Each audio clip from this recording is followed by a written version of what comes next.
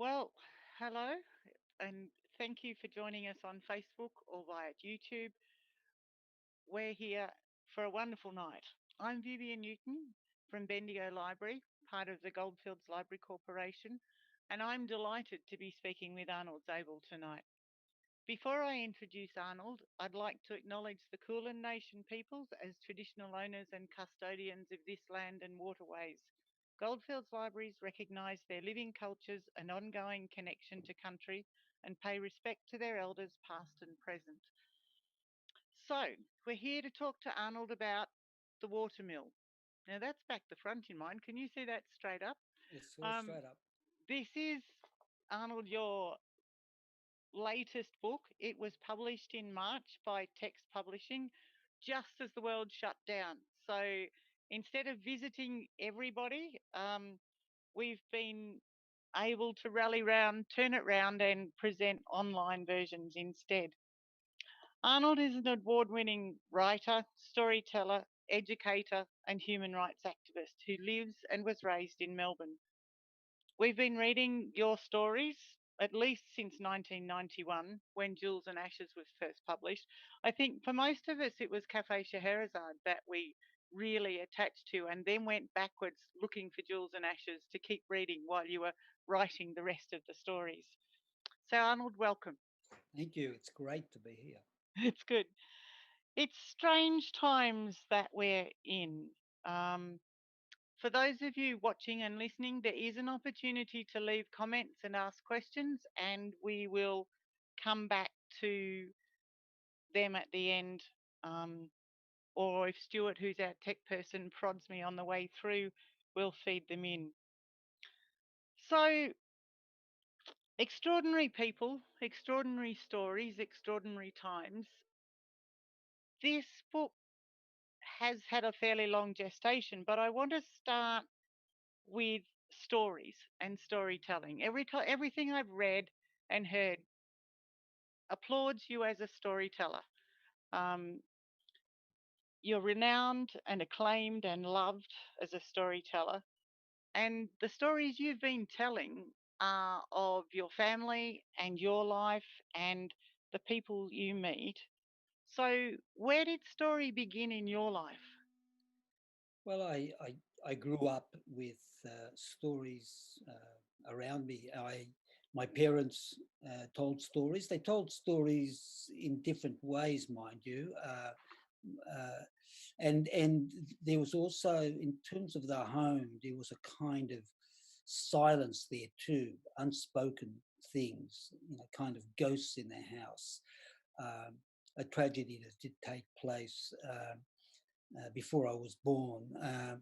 And but on the other hand, I, I I had elders uh, in the Jewish community growing up in North Carlton who had been members of the resistance during the war, who were very proud of what they had done and who told their extraordinary stories. I also became an avid reader at a young age. I read both Okay. Yeah. Yiddish books and also novels. I remember falling in love with Dickens at an early age. And I also, I guess, uh, I tuned into the street. Mm. Because of the tension that was sometimes enveloped the house. I would be out there on the streets. We had a very rich street life, and I remember that there was a kid on the block that I loved telling stories to. I used to sit on the median step and tell him stories, and also in my bedroom when I slept there with my in the same room as my younger brother Harry, who lives in Campbell's Creek actually. Oh, Uh, he There was a hole in the plaster over the bed, and I at night I used to take him on a journey as we lay in the darkness. I'd say, "Come down," a bit like the faraway tree, yeah. and we'd meet characters on the way. So yeah, story was there right from the beginning. I was going to ask you if you had brothers or other siblings because sometimes I know people who become storytellers are often only children, so they tell stories to themselves to create. other siblings or other other people around them. But you have a couple of brothers, or had a couple of brothers? I've got two brothers, older Yeah. brother Ben and my younger one Harry. They're both creative in their own way, and we were very close when we were young. We're still close, but we live in very different places now. We were close because we had to be in a way because of the tensions, especially my mother was a troubled soul because she'd lost her family. She handled it Mm, very different to my father. And in a way, we were, I guess, confronted with a common challenge, and that drew us okay. closer together. And growing up in a family that also spoke Yiddish at home and around, did that make you different to the kids out in the neighbourhood, or was it something that was part of the neighbourhood? Oh, look, I try to capture this neighbourhood in my novel Scraps of Heaven, Yep. and there I I wanted to show that we were crossing boundaries, cultural boundaries, with great ease back in those days. Oh, I mean, wow. the essence of post-war Carlton and I guess other inner suburbs was that here we were the children of immigrants from Greece, Poland, Yugoslavia, Italy, and other countries, and we were living in working class suburbs near the factories where our parents would be working in, near the Victoria Market, and all these places of I guess opportunity for Mm, newcomers. And we were living side by side with older working class Australian families. And we had our conflicts, but we also had our harmonies. And the schoolyard was the great leveler. And I loved this. I loved the fact that I could weave in and out of different worlds as a child. And I think this is now reflected in my writing. I do move mm. between worlds. And I think I learned this at an early age. That, yes, that sounds wonderful. And you certainly roamed the world as you took off and picking up stories. So, storytelling is more than just descriptive writing. Um, the storyteller has a different feel. It captures you like the best storytellers. You start in one place, you roam off in directions, you return to the starting place a couple of times, you do a bit more, and then you tie it all together at the end. And that's a skill. It's a talent. It's some. Do you think it's something you can learn, or is it something that you are born with? You grow into it, or you actually consciously work on it? Look, I think human beings are storytellers. And I think after food and shelter and those basics, I think sharing stories is really what makes us human. And Mm, so I think it is innate. However, there is also the craft and the art of story. So if you become a storyteller in the sense of becoming a writer, a novelist, uh, and an oral storyteller, as I have been mm, from time to time, then you're involved with something else. You're involved with the craft, and there's a lot to learn about the art and the craft of story. But having said that, I think that at the heart of it is something intuitive. yeah. It's instinctual. Um, you mentioned that I tie it up all up. I go on tangents and I tie it all up at the end, but it doesn't feel that way. Uh, if someone asks me what's the most important thing you can say about the art of story, and you can only say Mm, one thing, what I would say is this: that don't try to control it. Don't try to uh, to allow the story. Don't. What I'd say is allow the story to take you. The story should be leading mm. you. You follow the story, and if you follow the story, it will lead you to unexpected places. And this is the heart of it, really. You follow it rather than trying to control it. If you do that, I think that's when you start becoming hackneyed or cliched. You lose the spark and the originality, and also Mm. I think that's how for me it's always been. I start off on the journey. I say, okay, I'm going to tell the story of the 10 months I spent in the province of Guizhou in China. There's all kinds of ways to tell it. Let's go on the journey. Let's start. And then I follow that story. Mm. I see And where it takes me. that you take us with you. Um, and so I know from comments from my friends who've read the books, and what you do well is you take us with you on the journey. So you are going on a journey, but you're including those who are you're meeting, but also that you're coming with you. Um, so writing different sorts of things. You do travel writing with your journeys. You've written plays. You've written songs, I think, you've written and performed things. There are different voices for different sorts of writing. And it seems to be that the writing workshops that you run are hugely popular and always in demand. What is it about learning how to put the right sort of expression into the right form of writing that you enjoy teaching other people? Well, look, you teach by example, I guess, Mm, because I confront the empty white page.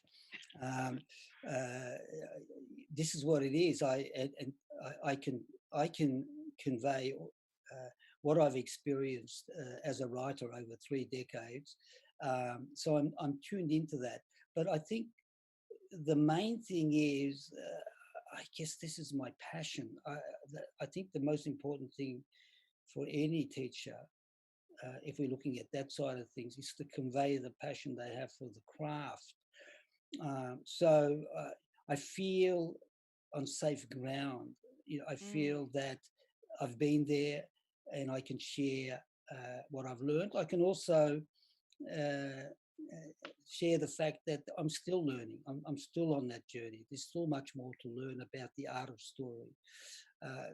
And I guess I love that dynamic that can occur in a workshop where mm. the people that come are passionate about wanting to tell their stories too. So these lives that you tell the stories for, many of them you live with them for a long time. And even now that the book's been written, you're reliving the stories that are part of this one. How do you stop it from overwhelming you? How do you keep your mind clear and perhaps let go of some of the really heavy things that people are telling you? Oh, look, I first of all, I should say that the stories, of course, are of light and dark. Mm, Uh, I think that if it was just one or the other, they wouldn't be complex stories that are true to life. But look, eh, I I see my task as bearing witness to the stories that have come my way, mm, and I think that actually keeps me safe. There's a kind of detachment that you develop, and you must develop. But that detachment is born out of a kind of love and compassion too, and mm. so uh, yes. The bottom line, the bottom line is that I feel very privileged to be telling these stories, and then the question becomes, what's the best way to tell it? Mm, How can I do them justice? How can I engage the reader? How can uh, I guess the line is this. There's a line in one of the stories where I think it comes from Ali Wiesel, who said, "There are some stories that are meant to be told, and not to tell them is to betray them." And I think this kind of is the underlying thing which drives me to tell them. mm. in the best way I can, and to make it, and to work on the things that are important, the rhythm, the tone. The tone is extremely important to get that right, to get, and to also, and this is the most important thing. The Mm. most important thing is to be present to Yeah. whatever it is you're writing. If you're fully present, the reader will be fully present. If you are there, seeing it, hearing it, smelling it, recreating it, reliving it, the reader will be there too. And also, I'm talking here across the board, from fiction, whether it be novels, Mm. short stories, whether it be biography, whether it be creative non-fiction, as they call it, whether it be a feature article in the Age, whatever it is. I think the key to all of it is understanding the true meaning of the word imagination. Imagination Okay. comes from the word image. It actually means to see it. So Mm. if you're fully present, just seeing it, and being present all over again, then the magic begins to happen. Mm. It sure does. Do you record conversations or do you take notes or you just listen and then write things down after?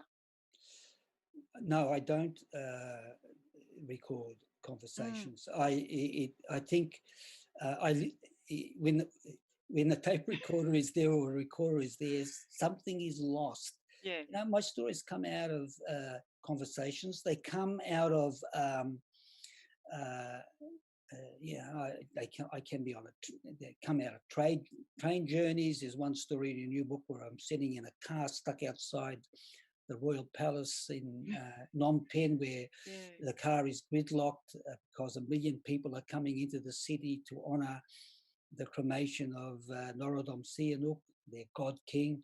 Uh, I, I, I hear them in all kinds of situations, uh, and if that recorder is there, it intrudes.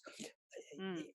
It comes out of the lived experience. Then Yeah. afterwards, you decide, okay, is it going to become fiction? Is it going to become non-fiction or whatever? But the first instance is to be living, is the living Mm. experience. Mm. Absolutely. Um, we have a question that says, can we say more about the tone of a story? How you work out what tone you're going to have, what, or does that's an experience thing too, isn't it?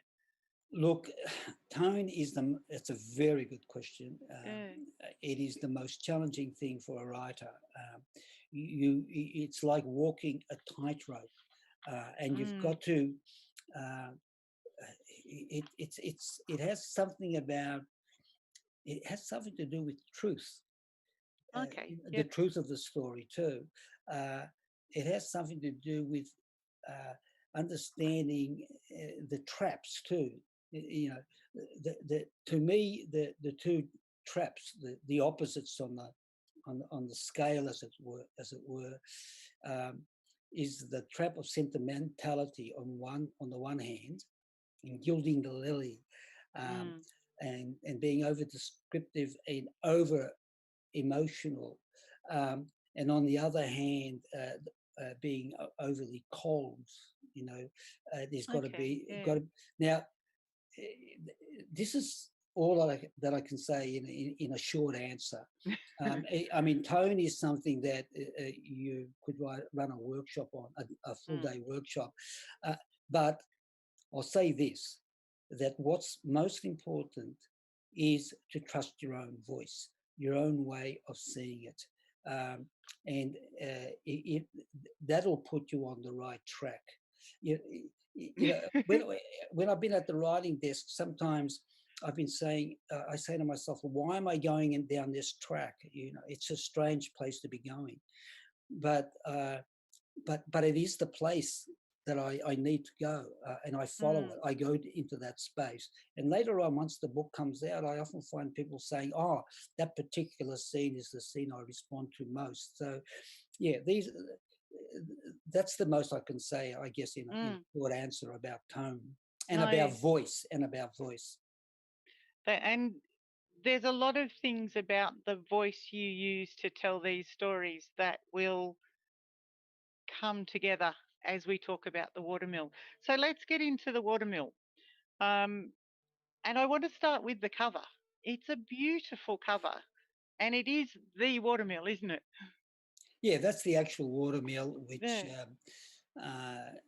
was on a bridge that spanned the Huaxi River, which was in the province of Guizhou, a remote province in China, where I spent 10 months back in 1984-85, working as a teacher in an agricultural college. I was the only Westerner in that college, one of the few Westerners in the province.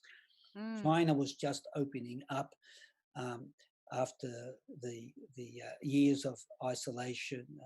It was coming out of the Cultural Revolution, which was a very, very difficult time. And here I was. I had a privilege to be in this beautiful, beautiful rural area, this extraordinary landscape. Um, and yes, that cover actually is based on a photo I took Yeah, of the actual watermill. that's wonderful to have your own photo on the front of your book. Usually somebody has to draw it for you, don't they? So, this book, it's a gathering of stories about people who are living through extraordinary circumstances, but whose lives connected to you or you have met and learnt their tales and are retelling it. For the most part, it's survivors of incredible atrocities in China, Cambodia, Eastern Europe, Afghan refugees on the Civex, that the boat that sank off Australia, but it also comes home to Australia too, and we'll talk a bit about that in the final section of the book. There's light in the dark, wonders in the places you visit, stillness a lot of the time, a lot of silence in the interactions that you have with these people, and hope for the future. But it's all in the most poetic language that you can open the book almost anywhere and read a sentence that you think, I need to remember that sentence, or that's an image that I want to keep with. And one of the pages I opened to, which I might get you to read just that first little bit if you like, it's page 62, and it's the description of the boatman who's taking you across the lake in. Oh, yes, look, thank you so much for that, Vivian. I loved writing this particular segment. Um, I guess I'll just take it from towards the end of it. Yeah. Uh, it is late afternoon. The boatman's strokes are precise and even. The oars slice the water, leaving barely a ripple. An egret stands motionless on a rock pillar. Wild ducks take flight, and their shadows form black streaks on the lake's surface. A flock of gulls pass overhead, wings gilded by the setting sunlight. A farmer, carrying a mattock, descends a narrow path, making his way home from his farmlands. The boatman falls silent. He scans the waters about him. He lengthens his strokes and allows the boat to glide on its own momentum. The first stars are appearing. A crescent moon is rising. The islets and rocks are jagged outlines. The boatman knows I do not want it to end, and that I crave more time to take it in. He takes the circuitous route back to the landing. The boatman is the vital force in the setting. Without him, the lake would be stagnant. He carries the smell of earth, water, and labor. He watches over the lake and watches over me. He instills confidence. He is there in the darkness after I am gone, rowing back to his island. And his presence remains with me now, long after I have returned to my apartment. Mm. And I'm sure we can all so vividly picture that image of you crossing this lake. Landscape is a really important, and it's a beautiful motif that keeps coming back into this story in remote Western China. You talk about the villages and the rice paddies and the mountains, and there's a refrain that comes through where you talk at there's a line of poetry that keeps coming back in where the return to Cold Mountain um, is one. You also talk about the miller and the task he set you, and we'll get to that. The feel is very classical. Did it feel like you were living in a classical painting when you were in Western China? So that's a lovely way to put it, Vivian. Living in a classical painting. I think that's beautiful. Um, Look, there were many ways in which I could have written this story, but I I decided that the thing that struck me most about that time in China, and we're going back to 1984, 85, Mm, was that despite all the upheaval and all that had happened, uh, China still had a kind of the people were tuned into a kind of an ancient memory, something that mm, went back centuries and maybe even dynasties, back to the great Tang and Song dynasties, when you had the great poets such as Cold Mountain. Cold yeah, Mountain is true. Han Shan, who was a renowned poet of that era, an anarchistic wanderer who retreated to Cold Mountain. And you had Li Bai and Du Fu, and even school children could recite their works. And Mm, so I think that, you know, the martial arts, whatever, seeing people practicing it in the mornings, early mornings, mm, just after dawn in the beautiful local park which overlooked the river.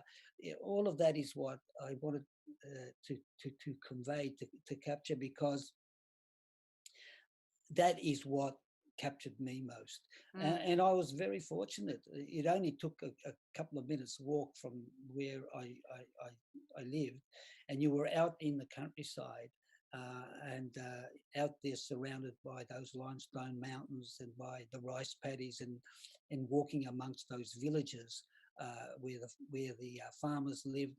Uh, Many were ethnic minorities, and really connecting to something far bigger, far greater than yourself. And it's interesting, going back to your comment about the living in a painting. Uh, if you look at Chinese landscape art, uh, you'll see that the human being is dwarfed by the yeah. landscape. It's there is a sense in China that that the landscape uh, is is overwhelms. No matter how much you try Mm, to tame it, uh, you will never be able to uh, I guess take away its wildness and its mm, beauty. And you're right. I think that's I wanted to convey that. I wanted to create the picture of that, and then to allow the characters to emerge out of that landscape. mm. And one of those characters, particularly in this first story in the book, is the miller and his request of you before you, for something he wanted you to do before you left. Can you tell us about the miller and the couplet and how you responded to the task? Well, look, yeah, my evening walks would take me, as I said, out to the villages. The villagers would come out sometimes, the farmers, and drink a toast of maltai, a very strong spirit. Gambay was the first, drink up was the first Chinese word I learned, I think. And I would always eventually end up at this watermill, sitting beside the miller, and we'd sit there. He didn't know any English. Um, I knew very little Chinese, so we'd sit basically in silence, and we'd hear the thum, thum, thum of the Mm, watermill going round and round. And the farmers would come down from the countryside and bring their grain, and he'd make me a cup of tea from the coal stove he had there. And so at the end of my stay, I went down to the Miller with a student of mine, Kanchi Chuan, and I said to the through him as an interpreter, tell the Miller I'm leaving in a few weeks, and I want to say thank you for the wonderful times I've had here. And he said, tell the Waiworen, the foreigner, me, that I want him to write a couplet that sums up all our conversations. So there was Yeah, something more to the Miller than met the eye. yeah. And a couplet is an ancient, another classical form where you have a heading and you have a line that goes vertically one side of the door and another line vertically on the other side of the door with the heading above the lintel. And Mm. and there's a whole art to it, right? Uh, but I uh, but I thought, and you often see it in the countryside, Okay. but above the doorways. And I thought I can write a book about this time. That's in a way I finally have. Yeah. But look, the heading was obvious: Huashi Watermill, right? And then I finally got it. I come from a distant place to Huashi Watermill, and on the other side, here I feel at peace. My mind becomes still. Okay. Now, I was debating because every word counted. What do I say? My mind becomes still or my heart becomes still? And I settled on mind. But when the translation into characters took place, I discovered that the character for heart and mind were one and the same. Those are those wonderful little moments when a kind of doorway opens. Yeah. Uh, And it's not just you writing your bit in English, it was the whole story of it being translated into Chinese characters and the calligraphy that was written on the red paper and the taking of the whole finished product to the miller and pasting it around his door and then standing back and seeing the effect of what you've written that's there for as long as it lasts afterwards. It's a wonderful description of completion, really, in I that th- part of the book. Okay, now, before we leave China, there's also the story of the little gentleman, and the real surprise to find a Renoir portrait in a poor house in Western China. And I actually had to go and look up the portrait to see which picture it actually was. But here are more characters that you seem to attract. You seem to be a bit magnetic for people who want to talk to you, to take you under their wing, to, and in the case of the little gentleman, take you home to meet grandma. Did you know you were going there on that day?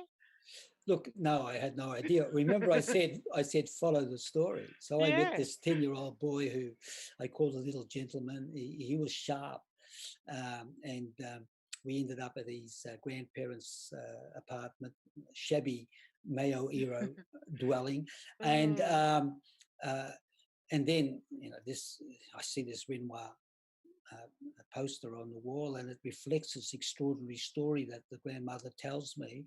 But look, eh, it's not that one is magnetic or whatever. What it is very simple, and that is that you have an interest in people, mm, and people sense this. They sense your curiosity, and they sense that you're willing to listen to their story, uh, and they open up. mm, I think it's almost as simple as that. I think there is something else though, I guess, and that is that I learned at an early age, going back to your first questions, to sit with stories, to mm, sit with silence, to sit with trauma, as well as the joys that can come in a story, to sit with and to be patient. If you're patient, mm, uh, these wonderful unexpected moments arise that the storyteller craves, what Primo Levi calls eloquent episodes.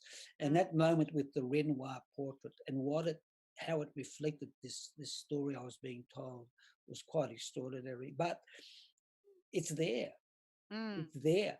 And if you want the story, the thing is, you have to come through, make the effort. You have to go on the journey. You have to come through the mountains. And once you've come through those mountains and you're there, that becomes your living reality, Mm. and all kinds of magical things take place. And there are many magical things that take place. And yes, there's trauma, um, but the people that you write about seem to choose to be survivors rather than victims. And this takes us into the second tale, which is set in Cambodia, the Ballad of Neo Karom, which is um, it's such a moving story, but in the end, it's so positive that even though you come through the trauma, you can't help but feel warmed and swollen by the power of Karom to keep going after what she's been through. Um, do you want to tell us a little bit about how that story came about? Well, look, I first went to Cambodia during the Vietnam War years, and I've Mm, written about that in Violin Lessons in a story called The Dust of Life. But in 2013, 14, and 15, I, um, I embarked on a project where I would come and run writing workshops in Phnom Penh, Siem Reap, and Battambang finally. And in the very first 3-day workshop I mm, conducted, this woman, 70-year-old woman, Kira Naram, came during the afternoon tea break. After I'd shared stories um, about my own writing on that first morning, and I think this is what opened the door for her. And she began telling me an extraordinary story. mm, Uh, and and then she continued telling me the story, like I said, outside the royal palace, stuck in a in gridlock traffic, and later on in a cafe in Phnom Penh. And the story is of how, one by one, her family succumbed to the killing fields. Um, but once again, you have to look beyond the story. I mean, the story, it's not only what's being told, but it's the gestures. For example, mm, Karen Aram, she had a beautiful way of telling stories. She would, her hands would be, uh, she'd hold her hands like this, for example, and then you realize this is the classical posture of Cambodia, of the dances that you see on the temples in Angkor Wat, for example. And there, there, there, there are moments, and I'll just read you very briefly mm, one of these moments, and it says a lot about uh, the art of story as well, and I think in a way it goes to the heart of so much of what we've been talking about in the last half hour or so. I sit in the back seat and listen to Narom and R intently. The windows are closed and the interior is cooled by air conditioning. Each of us has a role: teller, interpreter, and listener. yeah. Story is the currency that unites us, conferring on us a detached intimacy. The million crowds appear like a supporting cast in a pantomime. There are moments that cut deep in the memory, and this is one of them. All the elements are assembled: the story and the enclosed space in which it is being told. The city so close, yet cut off from hearing. The stillness accentuates the melodious flow of Narom's voice. It shifts in energy and the occasional falter. I register each change in tone and expression, the slight shaking of her head in disbelief that such things had happened. I feel the gravity of what she is recalling, acutely aware of my own voice as it breaks the silences with questions. I am suspicious of that voice and fearful of reopening old wounds, fearful of what the telling is doing to the teller, but also possessed by a sense of obligation to hear Naram out. I cannot Mm, help but pursue the story. yeah. And going back to that issue of, we're not writing about victims. No. We're right. People in telling their stories are already exercising agency. Mm. They are already the author, as it were. And an author comes from the word authority. An author is an authority on something. And who's the biggest authority on a life, if not the person who has gone through it and Mm. lived it? And Kiona Rom also recovered to become the leading, one of the leading ethnomusicologists in Cambodia, a writer of children's books, a PhD on the relationship between the humanities and the sciences, an elder in a Yeah. country that had lost so many elders. So uh, you're overwhelmed by that how resilient human beings can be, but Mm. at the same time you have to acknowledge the loss. Like I said, you've got to keep that mindful of the light and the darkness, the Mm. beauty and the terror, um, and yeah, and hold to that. In all of these stories, um, the total destruction of culture and creativity and thinking and education is a huge part of these people's lives. And in some cases, students turn on teachers when the regime changes, or um, people that family members turn on each other because of the way that the ruling powers have changed their wording. But the survivors then go through to seek out expressions of writing or theatre or the other things outside their daily lives. And one of the lines that Keo, you say she tells her students is to seek out the words, to go further in the world by seeking out the information. And that's a really important part of all these stories that flow together in this book, is that they're bringing the culture back into the environment, aren't they? Well, look, I, I think an underlying theme, as it were, which emerged in the writing. I followed the Didn't story. you didn't Yeah, have that from the beginning? well, I didn't plan it that way, Yeah. but I started to see the links between the stories, and they began to feed into each other in this quartet of stories, Yeah. and it certainly is how art, theatre, performance, music uh, is a form of resistance, and Yeah. and and.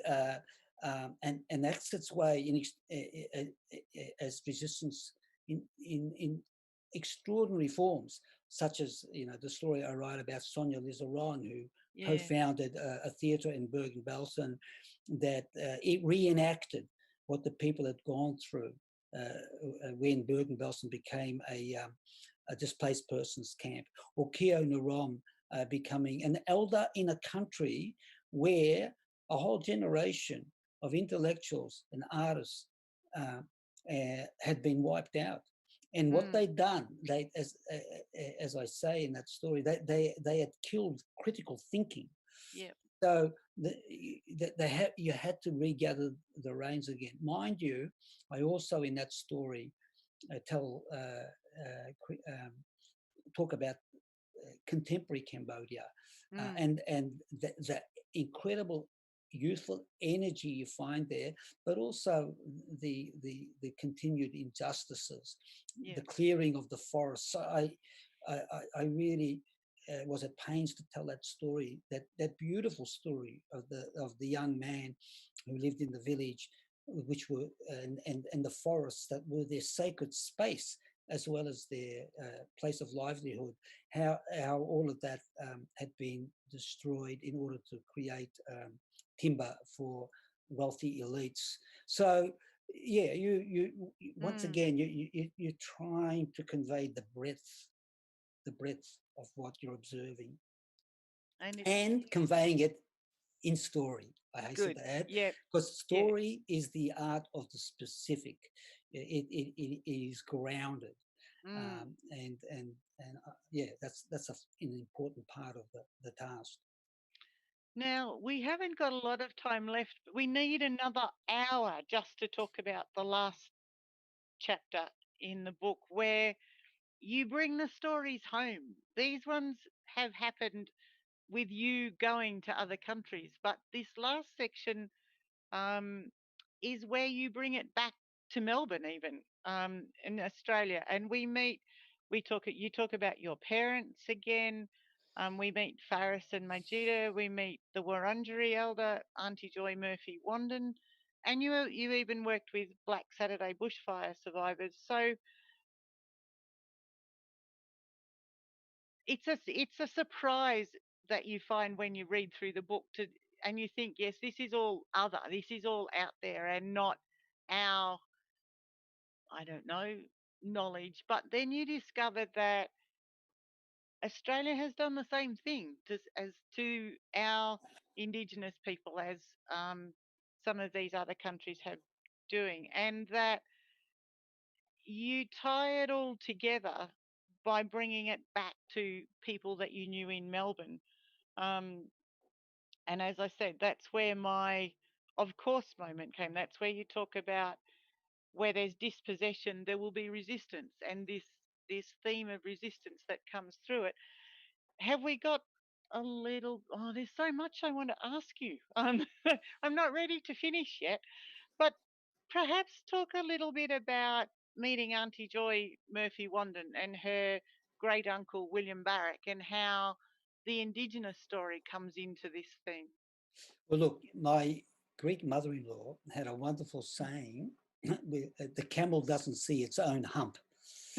So, and yeah, and and good and one. and, and that's the way it is. We think that these sorts of things happen in other places, but I think what really happens is that all countries have a tendency to bury the darkness, Mm, to hide the skeletons in the cupboard, and this book would have been incomplete without bringing it home.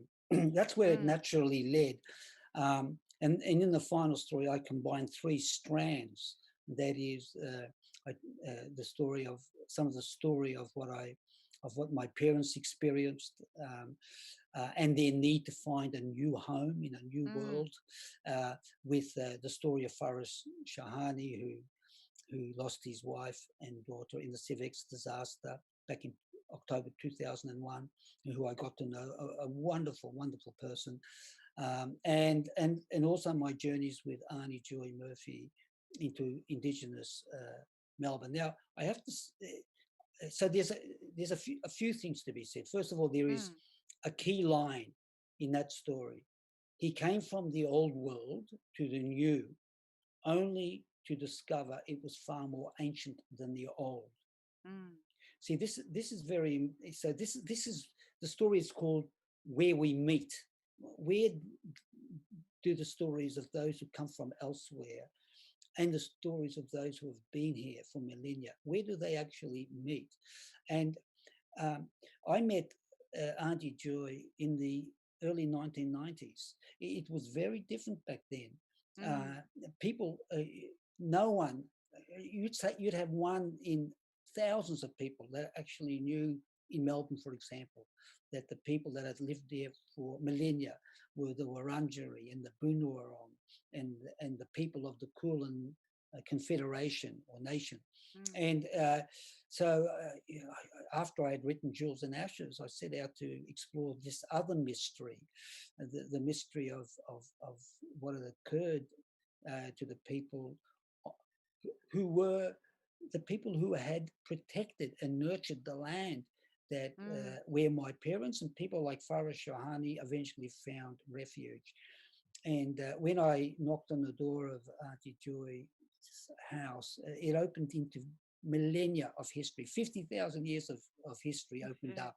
And she took me on journeys that led me to extraordinary places, to Corandurk Station, for example. She was the great niece of William Barrack, the last Ngarngata. That was the word Okay. Joy Yeah. told me to use, the last headman Yeah. of one of the clans of the Wurundjeri.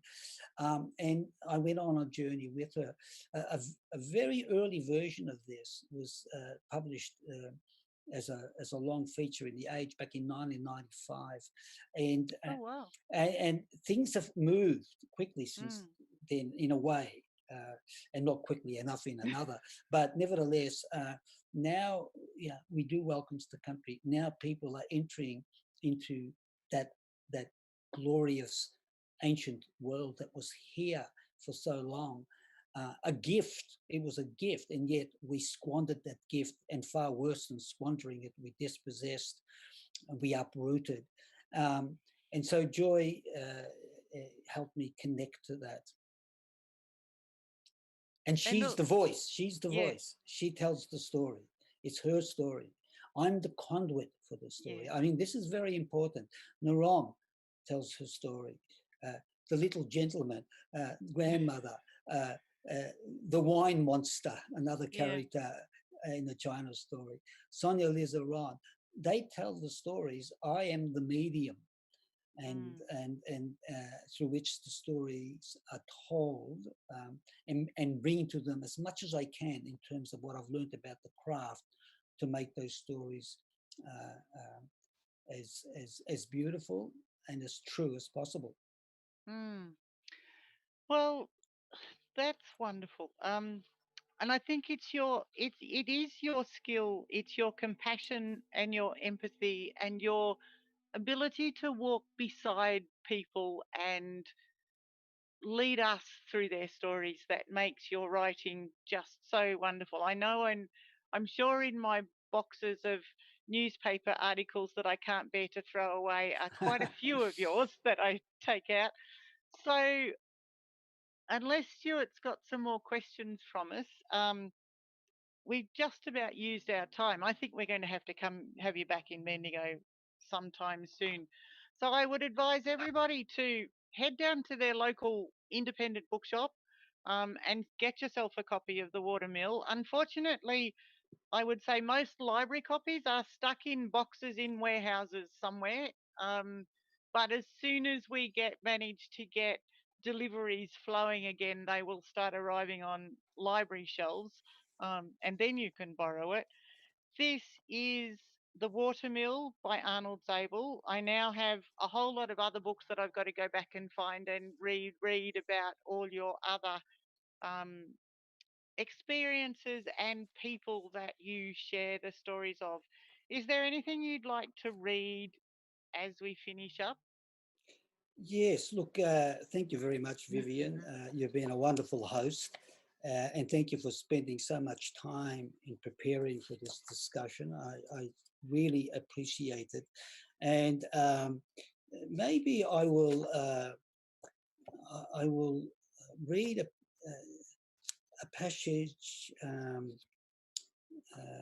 Look, I'll tell you what, and it's so hard, when you have to make this. Uh, the decision. But I'll tell you, I'll read a passage that is about this wonderful woman I met in China. I call her Waipo, which I think is a name Mm, for grandmother. And she had risen from impoverishment, gone on a journey as a child and come to the mountains and settled in a town where she's lived for 70 years. And I guess and she was the grandmother of one of my students. My students yeah. were agricultural scientists, and uh, and I tell a story, and I end like this: It is the year of the ox, and Waipo lights the candles and incense in front of the altar that sits on a dressing table. The centerpiece is a statuette of Guan Yin, the goddess of compassion. She is flanked by Lao Tzu and a fat, laughing Buddha. Mm, Chubby infants crawl over his shoulders and pot belly. On the wall above the altar, a poster of a tiger edged by the lines of a couplet. The tiger runs like lightning, and this lightning is more beautiful than the colors of the rainbow.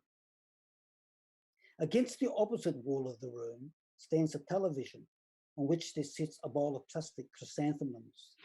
Above it, there are posters of the Monkey King and Premier Chu and Lei presenting a bouquet of flowers to Chairman Mao. Their complexions are airbrushed smooth and their heads encircled by halos. mm, Waipo makes her way outside as the evening fireworks erupt. Her day of work is done. She sits on a stool in the clay street in front of the house. She lifts her head. Her gaze extends beyond the streets, beyond the festivities to the mountain.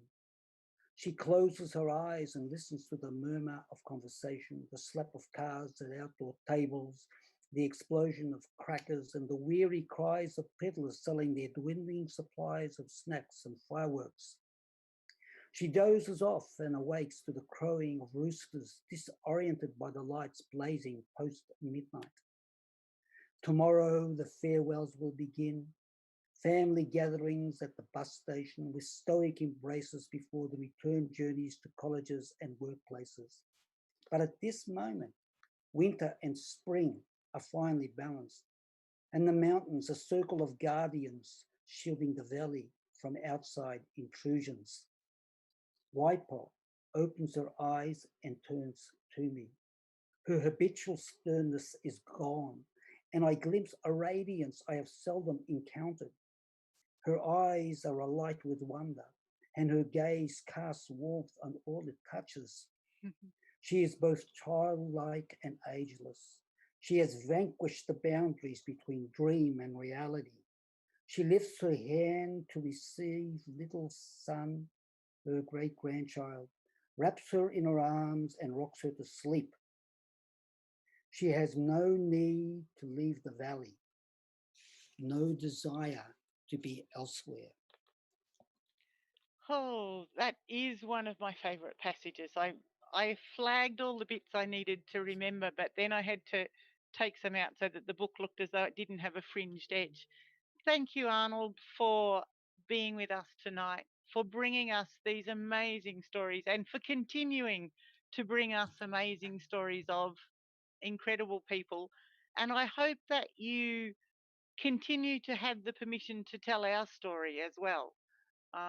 That you can bring your lived experience to perhaps these strange times that we're going through now. Who knows how we will record the things we've managed to do in isolation. The fact that, okay, 2020 is going to be written off as the year of goodness knows what, um, I think, for a long time to come. And in that, I want to talk a little bit about libraries and the way we've had to change, we've managed to change. Our doors might be shut, but our services certainly aren't. And even as things go forward, there will still be a lot of ways that anybody can connect with us. We have a whole lot of services on our webpage. It's called Library in Your Lounge Room. We come to you rather than you coming to us. And this talk will be available to watch again and again and tell your friends about it and to come back and have another look at it. Um, there are a lot of ways of staying connected, and all our libraries have their phones monitored. We have email accessibility. We are reaching out. We can offer to have chats if someone you know is missing their daily visit to connect to people. We have staff who are available to phone. You can leave us messages. You can ask a librarian. We can help with technology, and I think that's another thing that this the last 8 weeks where everybody's been locked down, we have all picked up technology and learnt so much so quickly that we will continue to use these skills and these programs. We're running. There are a lot of online programs. There's a lucky group of people who are going to have a writing workshop via Zoom with Arnold tomorrow. It was going to be in the library, but um, it's going to be from their lounge room to you, which is such an exciting thing. Where you will notice a lot of people trying to record what life has been like for posterity. So, Life in Lockdown is another project that the libraries are working on. So, if you're watching us, you know how to get onto YouTube. Have a look back on the library website, explore um, Library in Your Lounge Room, and we're adding more things as we go ahead. Um, we're soon going to be able to get your books to you again, but I think it's going to be a long while before people are actually able to come back inside libraries. Which so hopefully you've been reading your own collection as well.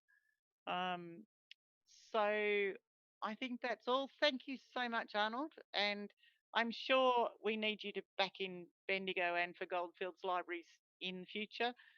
Go and have a look for the book in your local bookshops. I did remind the Bendigo bookshops that they needed to get their orders back on track, provided the publishers are sending things out. There are so many things that have stopped. Um, and I hope the Watermill does wonderful things for you and that we have more opportunity to continue being fed by your stories in future. Thank you so much. Thank you, Vivian. That's been my pleasure. Thank you.